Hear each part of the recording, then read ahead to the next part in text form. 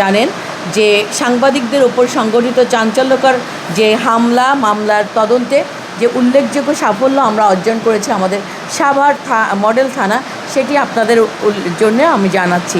আসামিদের ধরতে আমরা দেশব্যাপী একাধিক অভিযানের মাধ্যমে সাভার থানা পুলিশ মামলার মোট 11 জন আসামি গ্রেপ্তার করেছে। উল্লেখ্য যে ঢাকা জেলা পুলিশ হেডকোয়ার্টার্সের বিশেষ টিম ও কক্সবাজার জেলা পুলিশের সহায়তায় বিশেষ অভিযানিক টিম কক্সবাজার সদর থানাধীন বিমানবন্দর এলাকা থেকে মামলার প্রধান আসামি কুখ্যাত মাদক ব্যবসায়ী মোহাম্মদ শামীম রেজা, তার সহযোগী মোহাম্মদ ফেরদৌস আহমেদ রাজু ও মোহাম্মদ রাকিব হোসেনকে গ্রেপ্তার করেছে।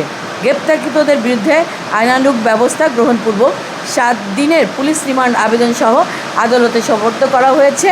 আপনারা জানেন 2 দিনের রিমান্ড আদালত মঞ্জুর করেছে। পলাতক অন্যান্য আসামিদের গ্রেপ্তারেও অভিযান অব্যাহত রয়েছে।